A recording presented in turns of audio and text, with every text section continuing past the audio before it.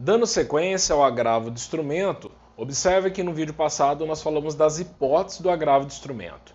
Nesse vídeo eu quero colocar com você a ordem de pressupostos e de condições do agravo de instrumento. Observe que no artigo 1016 ele estabelece assim para nós: o agravo de instrumento será dirigido diretamente ao tribunal. Cuidado com isso, porque isso aqui confunde demais os candidatos. Menos você.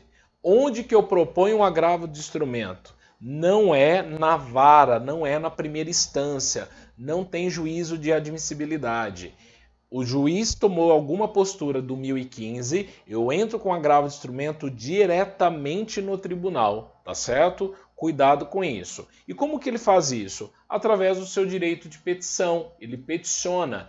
Então o tribunal precisa saber o que está acontecendo, até porque tem um processo rolando aqui embaixo, não é? Então ele diz o seguinte, que o agravo de instrumento será dirigido diretamente ao tribunal competente por meio de petição com os seguintes requisitos: nome das partes, nome das partes, exposição de fato e do direito. O que está acontecendo? Qual é o fato? Qual é o direito que você está reivindicando?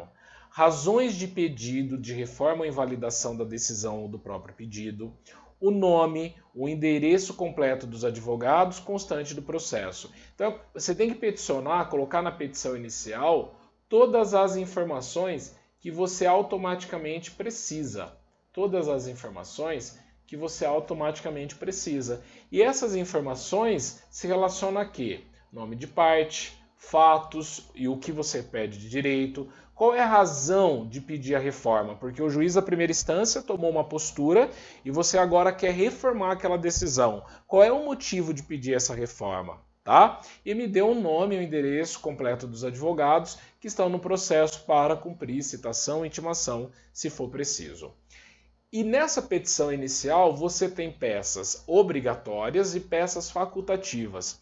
O que são peças obrigatórias? É aquilo que, se não tiver, vai dar BO. Facultativamente são aquelas peças que você reputa como algo urgente, que você reputa como algo importante, mas não necessariamente precisam constar do processo. É isso que você tem que saber, é isso que você tem que ter no texto. Tá? Então, obrigatoriamente, você vai tirar cópia, até porque eu, tribunal, não sei nada o que está acontecendo aqui embaixo. Então, você tem a obrigação de me dizer. Então, tira cópia da petição inicial, da contestação, da petição que ensejou a decisão agravada, da própria decisão agravada, da certidão da respectiva intimação ou outro documento que comprove a tempestividade das procurações outorgadas ao advogado. Então é como se você tivesse que pegar todo o processo que está na primeira instância, na vara, fazer um Frankenstein dele, né, e juntar para que o tribunal possa julgar. Agora, se de repente não tem um documento desse do inciso 1, o que o advogado deve fazer? É o que estabelece o inciso 2.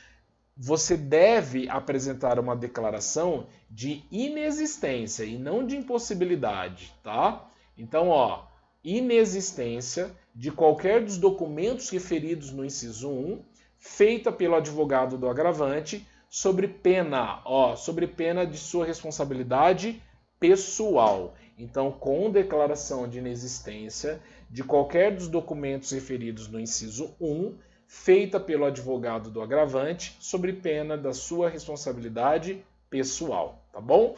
E facultativamente, com outras peças que o agravante reputar úteis. Então eu tenho peças obrigatórias e tenho peças facultativas. É essa a ideia central aqui.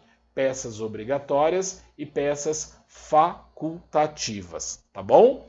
Estabelecida a regrinha do artigo 1017, tudo isso que você deve saber para o peticionamento do agravo de instrumento, ok? Feito isso, você tem que também saber que essa petição inicial deve acompanhar o pagamento de custas, então tem custas, tem porte de retorno, né? Quando devidos conforme tabela publicada pelos tribunais. Então tem custas, sim. Tem porte de retorno? Sim, porque o processo está se movimentando. Lembrando que se for um processo eletrônico, aí você não tem a questão da porte de remessa e de retorno, tá certo? No prazo do recurso, o agravo será interposto por... Então, no prazo do recurso, qual que é o prazo? De 15 dias da decisão. Lembre-se que no processo civil tudo é 15 dias, com exceção dos embargos de declaração, que o prazo é de 5 dias. E lembrando que nos embargos de declaração interrompe o prazo para outros recursos. Então, no prazo do recurso, que é de 15 dias, o agravo será interposto por protocolo diretamente no tribunal, de novo, diretamente no tribunal, protocolo realizado na própria comarca, então eu faço um protocolo na própria comarca, se for um processo físico, é claro, postagem sobre registro com aviso de recebimento e transmissão de dados tipo fac-simile nos termos da lei, que nem se usa mais, e outras formas previstas em lei, que hoje é utilizado, que é o processo eletrônico, tá bom? Então, ele está dizendo como que você deve protocolar. É possível protocolar na comarca? Sim, mas é endereçado ao tribunal e não à vara. O endereçamento do agravo de instrumento é no tribunal e não na vara. É isso que você deve se atentar aqui. Tudo bem? Na falta de cópia de qualquer peça, ou no caso de algum outro vício que comprometa a admissibilidade do agravo de instrumento, deve o relator aplicar o disposto no artigo 932, parágrafo único. O que ele fala? Ele fala sobre o prazo de 5 dias, tá? Por mais que não está elencado no seu edital, prazo de 5 dias para que você possa completar aquelas informações. Se o recurso for interposto por sistema de transmissão de dados fac-simile ou similar, as peças devem ser juntadas no momento do protocolo da petição original. Então não tem essa de você peticionar e depois juntar as peças. Não, as peças devem vir juntas com o protocolo, tá bom? E no parágrafo 5º, quando ele fala dos processos eletrônicos, autos eletrônicos, dispensam-se as peças referidas no inciso 1 e 2 do CAPT. Peraí.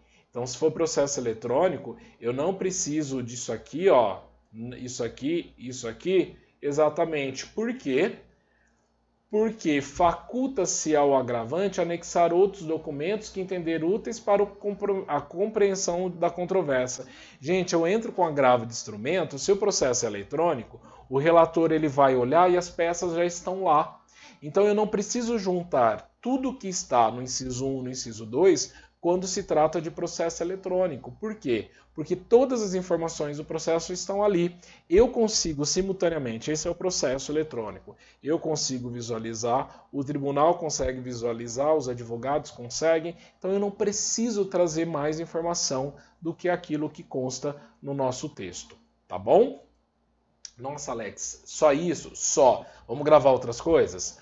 O agravante poderá requerer a juntada aos autos do processo de uma cópia de petição do agravo de instrumento, do comprovante de sua interposição e da relação dos documentos que instruíram o processo. Pensa comigo. O agravo de instrumento foi interposto no tribunal. Agora eu tenho que informar o juiz que eu fiz isso, não é? Se for eletrônico, o juiz já sabe. Agora, se é físico, está no tribunal, manda uma cópia aqui para o juiz saber que você agravou. Lembrando que se o juiz reformar aquela decisão, o agravo fica prejudicado. Imagine que ele me deu uma tutela provisória, eu agravei e depois o juiz reformou. Então o agravo fica prejudicado, tá? Aí veja bem, olha o prazo. Esse prazo é o que vai cair na sua prova. Não sendo eletrônicos autos, o agravante tomará a providência prevista no CAPT, que é trazer a informação da petição para o juiz, no prazo de 3 dias... a contar da interposição do agravo de instrumento. A contar da interposição do agravo de instrumento. O descumprimento da exigência de que trata o parágrafo 2º, desde que arguido e provado pelo agravado, importa inadmissibilidade do agravo de instrumento. Importa inadmissibilidade do agravo de instrumento. Tá bom? Então, se a pessoa não cumprir os requisitos do parágrafo 2º, o que é o requisito? Os requisitos? Não, o requisito. Qual é o requisito do parágrafo 2º? Você peticionou? Ah, peticionei. Então, entrou com agravo de instrumento no tribunal, mostre aqui para o juiz, em 3 dias, pega a petição e junta aqui. Se você não juntar, o que acontece com o seu agravo? Inadmissibilidade do agravo de instrumento. Esta é a ideia central aqui, tá bom? E para a gente finalizar, recebido o agravo de instrumento no tribunal e distribuído imediatamente, se não for o caso de aplicação do artigo 932, inciso 3 e 4, que não cai na sua prova, é quando o relator ele decide de forma monocrática, tá?